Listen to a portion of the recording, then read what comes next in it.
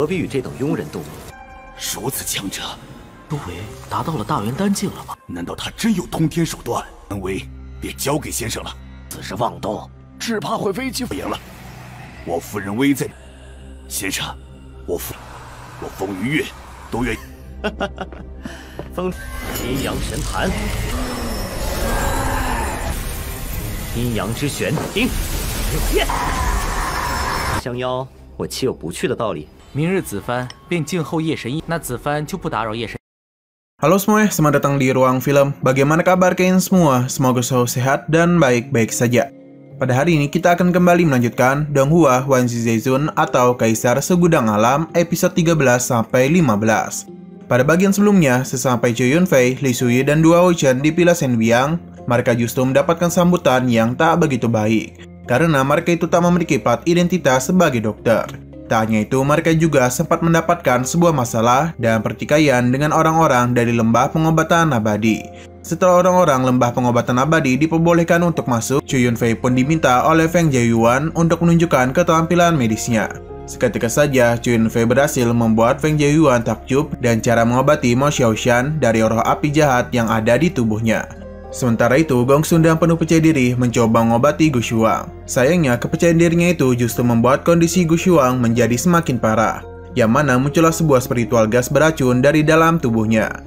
Scene berlanjut ketika Feng Jiayuan membawa masuk Chou Yunfei dan teman-temannya ke dalam, mereka langsung tidak disambut hangat oleh Gongsun. Yang mana Gongsun mengatakan bahwa Chou Yunfei adalah seorang pria yang berpura-pura menjadi murid dari Raja Obat.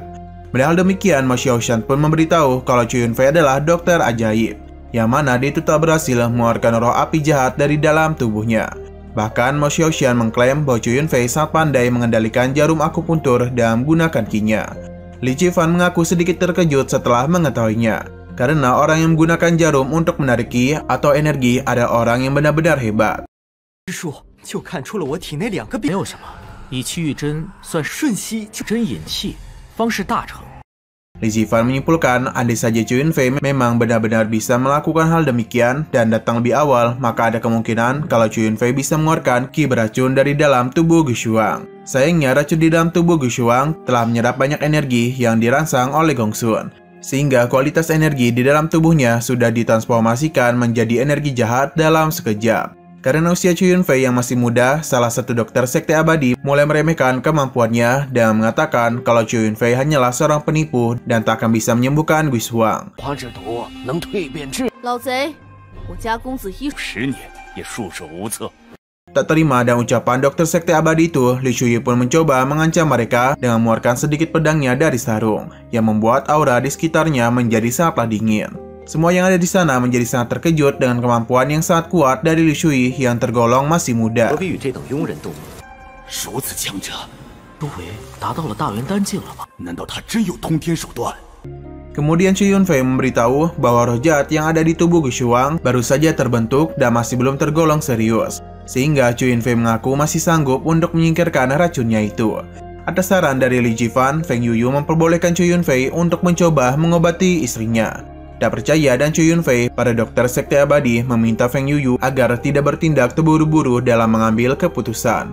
Merasa terganggu dengan ucapan para dokter sekte abadi, Feng Yuyu pun menyuruh mereka agar tidak banyak berbicara jika tidak memiliki solusi lain.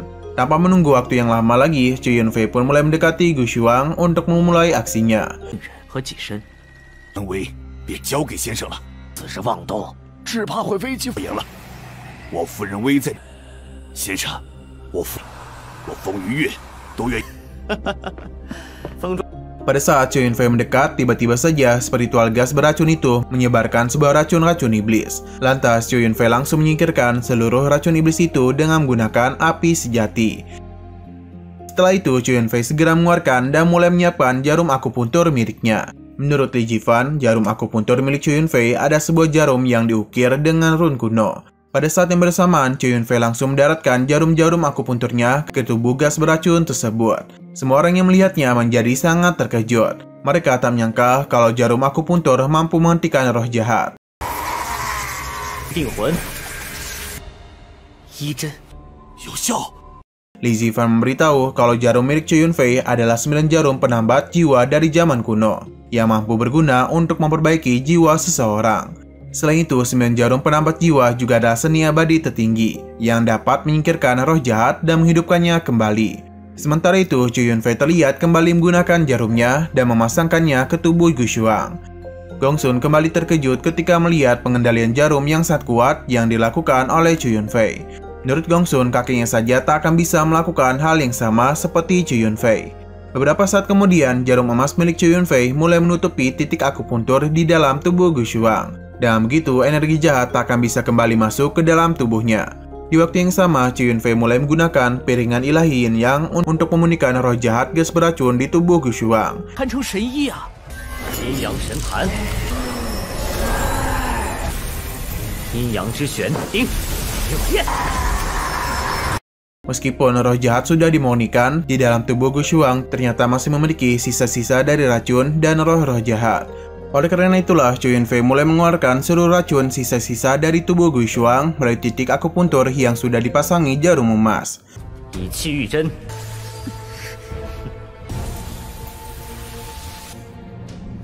我娘亲的脸就有救了。啥？我夫人体内的毒？孙夫人体内的妖花之毒已。 Ketika Chu Yunfei selesai melakukan pengobatan secara total, Feng Yuyu pun langsung memberikan Ji Xiao Xianjin kepada Chu Yunfei. 这就是因此被牺牲。还请先生收。暂且收下了。 Setelah Chu Yunfei menerima Ji Xiao Xianjin, Feng Yuyu pun mulai memperkenalkan kedua putrinya. Dan sesuai dengan janjinya, Chu Yunfei dapat memilih salah satu dari mereka untuk dinikahi. Kemudian Feng Yuyu dengan penuh rasa hormat bertanya siapa nama orang tua dari Chu Yunfei dan di mana mereka tinggal. Karena Feng Yuyu berencana untuk mengundang orang tuanya untuk membahas pernikahan mereka. Lantas Chu Yunfei pun dengan rasa hormat mengatakan bahwa untuk membicarakan masalah pernikahan sebaiknya dilakukan setelah Gu Shuang sembuh dulu secara total. Sebab ia memberitahu bahwa Gu Shuang belum sembuh secara total karena organ dalam tubuhnya sudah terluka sangat parah. Vitalitas kelima organnya juga sudah melemah dan umurnya terhitung kurang dari 3 bulan lagi. Hal ini disebabkan oleh racun yang sudah menempel di dalam tubuh Gu Shuang selama bertahun-tahun lamanya. Lalu Chu Yunfei mengatakan bahwa ia bisa saja membuatkan obat untuk menyembuhkannya, selama keluarga Feng dapat menyediakan bahan-bahannya. Jika obat itu diminum oleh Gu Shuang, maka obat itu bisa membuat dia terasa seperti dilahirkan kembali. Tanpa pikir panjang lagi, Chu Yunfei kemudian langsung menuliskan bahan-bahan yang diperlukan. Di antaranya adalah tulang naga duniawi, ginseng surgawi, buah vermilion, empedu ular merah, dan teratai surga 5 warna.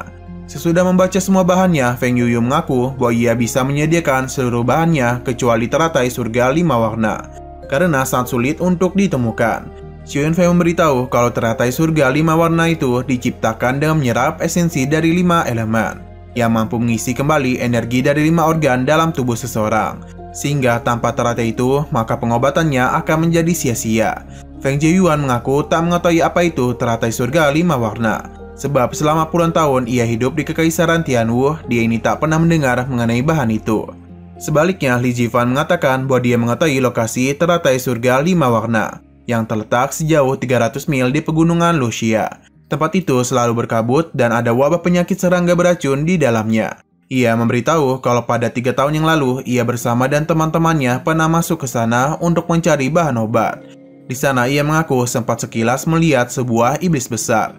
Karena tempatnya yang berbahaya, Feng Yuyu pun memutuskan untuk memberikan pedang surgawi miliknya kepada siapa saja yang bisa mendapatkan teratai surgawi 5 warna tersebut. Menurut Li Jifan, pedang surgawi itu telah disempurnakan dari emas terbaik di Jixiao Immortal Mansion yang dapat menarik kekuatan langit dan bumi. Terlebih lagi, kekuatan pedang surgawi bisa sebanding dengan pedang immortal Mountain River.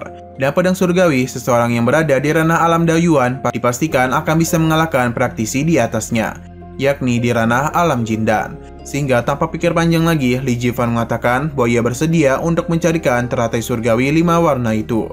Pada saat dokter-dokter sekte abadi menanyakan kepada Li Jifan mengenai lokasi teratai surgawi 5 warna, Li Jifan pun menolak memberitahukannya kepada mereka dan mengatakan bahwa dia ini sudah lupa.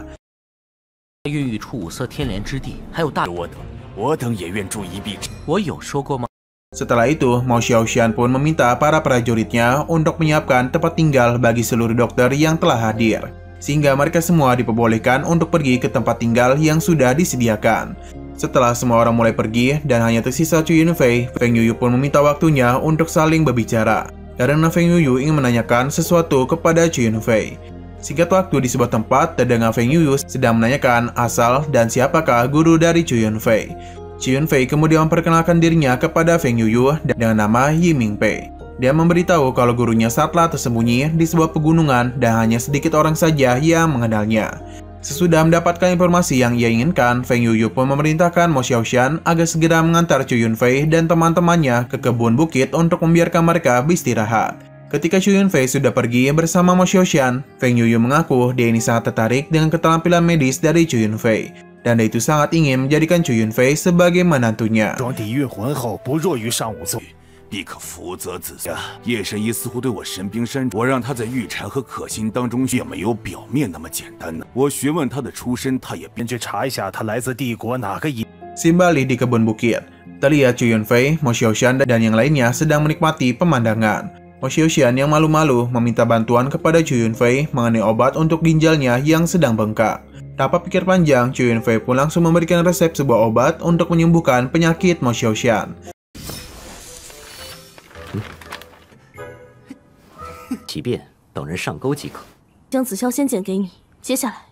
Masih di kebun bukit, tampak Li Jifan datang sendirian menghampiri Chu Yunfei, Li Suyi, dan juga Dua Wuchan. Sebelum memberitahu niatnya mendatangi Chu Yunfei, Li Jifan terlebih dahulu memberitahu bahwa besok dia ini akan pergi ke pegunungan Luoxia untuk mencari teratai surgawi 5 warna.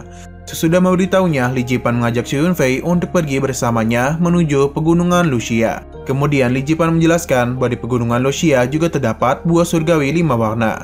Jika buah itu disempurnakan, maka buah ini dapat membantu para praktisi alam Yuandan untuk memperkuat pondasi dao mereka, dan juga mencapai kesempurnaan dari ranah alam Yuandan Agung. Mendengar semua penjelasan itu, Chu Yunfei dengan senang hati bersedia menerima ajakan Li Jifan untuk pergi bersamanya. 五色天元果的确是个好东西，相邀我岂有不去的道理？明日子帆便静候夜神医，那子帆就不打扰夜神。 Setelah Li Jifan pergi dari sana, Chu Yunfei berpikir kalau sebenarnya Li Jifan tak berani pergi sendirian karena takut akan iblis yang besar yang pernah dilihatnya 3 tahun yang lalu. Meskipun begitu, Chu Yunfei, Li Suyi, dan Dua Wuchan sangat tertarik dengan ajakan dari Li Jifan. Sebab jika mereka bisa mendapatkan 5 buah surgawi 5 warna, maka itu bisa menjadi kesempatan besar untuk mencapai ranah alam Yuandan Agung. Di sisi yang berbeda, tampak para dokter abadi merasa tak terima kalau Ji Xiao Xianjin jatuh ke tangan Chu Yunfei. Apalagi mereka ini sama sekali tidak tahu asal-usulnya dari mana. Mereka juga memprediksi kalau kemungkinan Li Jifan akan mencoba menghabisi Chu Yunfei saat pergi ke pegunungan Luoxia untuk mencari teratai surgawi 5 warna.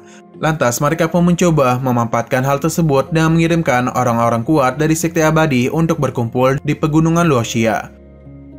Sementara itu, Gong Sun terlihat menjadi sangat emosi terhadap Chu Yunfei. Ia mengaku tak terima kalau Chu Yunfei bisa mendapatkan Ji Xiao Xianjin. Akhirnya Gong Sun memerintahkan anak buahnya untuk segera mengirimkan pesan ke lembah pengobatan abadi. Dan maksud untuk mengirimkan orang-orang yang kuat ke pegunungan Luoxia guna menyingkirkan Chu Yunfei. 落霞山脉瘴气遍布，只要这小子敢去落霞，确适合伏杀他的葬身之地。这紫霄。 Pada malam hari, terlihat di tempat peristirahatan Chu Yunfei, ada seseorang misterius yang diam-diam ingin menyerang Chu Yunfei. Akan tetapi, Chu Yunfei pada saat itu juga menyadari kedatangan dari pria misterius itu, sehingga ia pun langsung mencoba menyerangnya hingga membuatnya terpental.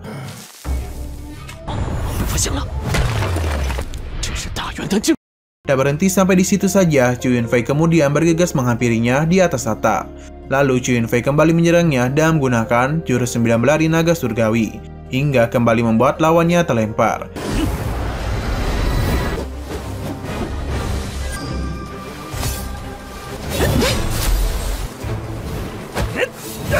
Pria misterius itu menjadi sangat terkejut pada saat melihat pedang Chu Yunfei karena pedang itu adalah pedang spiritual tertinggi yang setara dengan pedang surgawi milik Feng Yuyu.